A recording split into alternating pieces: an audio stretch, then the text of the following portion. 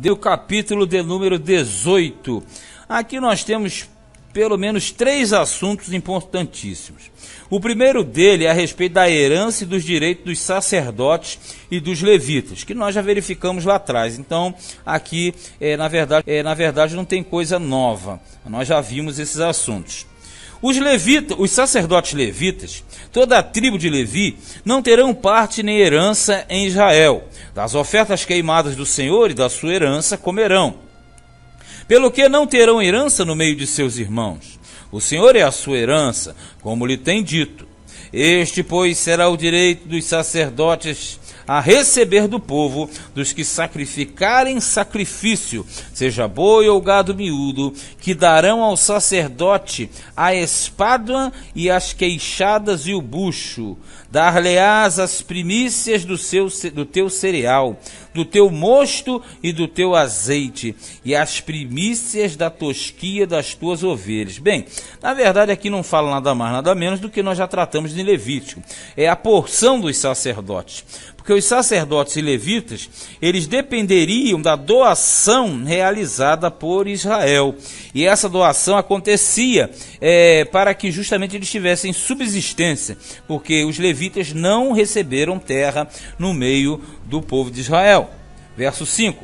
Porque o Senhor teu Deus o escolheu de todas as tuas tribos, para que assista a servir no nome do Senhor, ele e seus filhos todos os dias. E quando vier um levita de alguma das tuas portas, de todo Israel, onde habitar, e vier com todo o desejo da sua alma ao lugar que o Senhor escolheu, isso quer dizer, o tabernáculo, e servir no nome do Senhor, seu Deus, como também todos os seus irmãos, os levitas, que assistem ali perante o Senhor, igual porção comerão, além das vendas do seu patrimônio. Olha só. Quando fala do levita que vinha de longe, é porque quando eles entrarem em Israel, os levitas serão espalhados por Israel. Então, se porventura algum se aproximasse do local do tabernáculo, ele deveria ter uma porção que lhe era digna, uma porção que lhe era, além das vendas do seu patrimônio, ou seja, além daquilo que ele conseguir pelas suas próprias forças.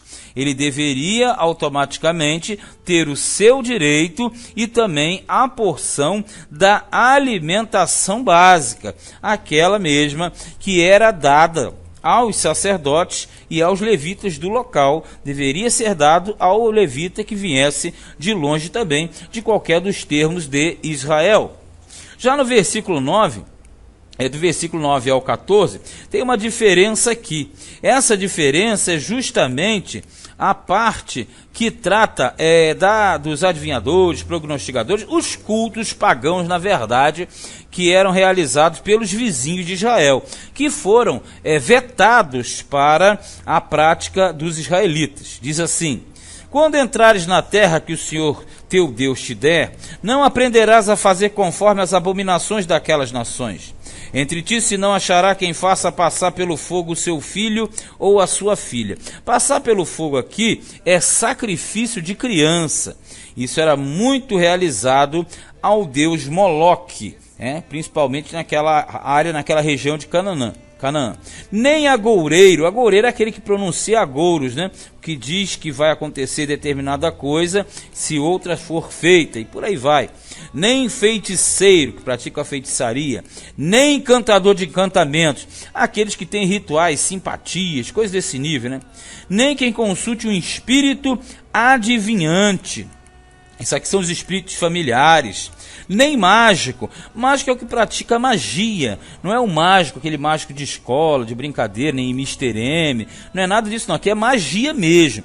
Nem esse mágico que vai à escola, tira coelho de cartola, faz truque com cartas, não é isso não. Nem quem consulte os mortos, são os necromantes, os que fazem invocação aos espíritos dos que já passaram dessa para outra, até porque nós sabemos que o espírito não volta. Na verdade, quem aparece é um demônio passando-se por aquela pessoa, 12. Pois todo aquele que faz tal coisa é abominação ao Senhor. E por estas abominações o Senhor teu Deus as lança fora de diante de ti. perfeito serás como o Senhor teu Deus. Quando fala perfeito, é aquela questão, não é a perfeição de perfeito, mas sim a maturidade. Ele quer dizer, serás maduro como é maduro o teu pai. Quer dizer, você tem que ser uma pessoa ética, equilibrada, consciente. Tem que buscar uma perfeição. Essa perfeição, na verdade, é como nós falamos, é uma busca pelos preceitos e valores do Senhor. Aí ele diz mais, porque estas nações que hás de possuir, ouvem os prognosticadores e os adivinhadores. Porém a ti o Senhor teu Deus não permitiu tal coisa. Quer dizer que todas essas nações, ele diz, tem prognosticador. O que é o prognosticador? Ele faz prognóstico, ele fica tentando acertar isso e aquilo. Adivinhadores, fica também querendo adivinhar o futuro, coisas que vão acontecer, e tudo isso até os dias de hoje. Isso tem que se ressaltar muito.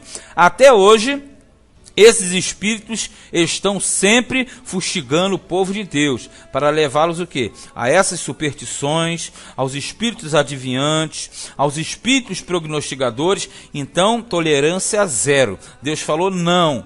Israel não tem parte com tais práticas. E no final do 18, do versículo 15 diante, vem a promessa de um grande profeta. Esse grande profeta, na verdade, nós sabemos que ele era e é Jesus. Essas profecias aqui, elas no Novo Testamento, elas já tiveram cumprimento. Tanto é que se você verificar em Atos capítulo 3, versículos 22 e 23, você vai verificar que essa passagem é aplicada lá em referência a Jesus. Porque Moisés aqui, ele está dizendo que depois dele, um profeta semelhante a ele surgiria. E qual é a semelhança de Moisés e Jesus? É que Moisés foi o libertador, Jesus também. Só que Moisés foi libertador físico, Jesus é libertador espiritual. Então, na verdade, esse profeta semelhante a Moisés trata-se de Jesus.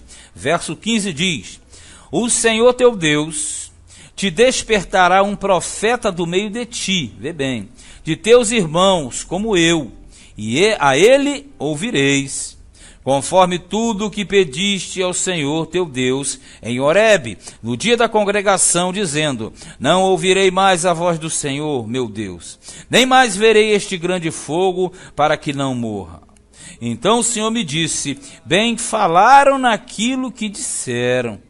Eis que lhes suscitarei um profeta do meio de seus irmãos, como tu, e porei as minhas palavras na sua boca, e ele lhes falará tudo o que eu lhes ordenar. Está dizendo o seguinte, aquele povo realmente era rebelde.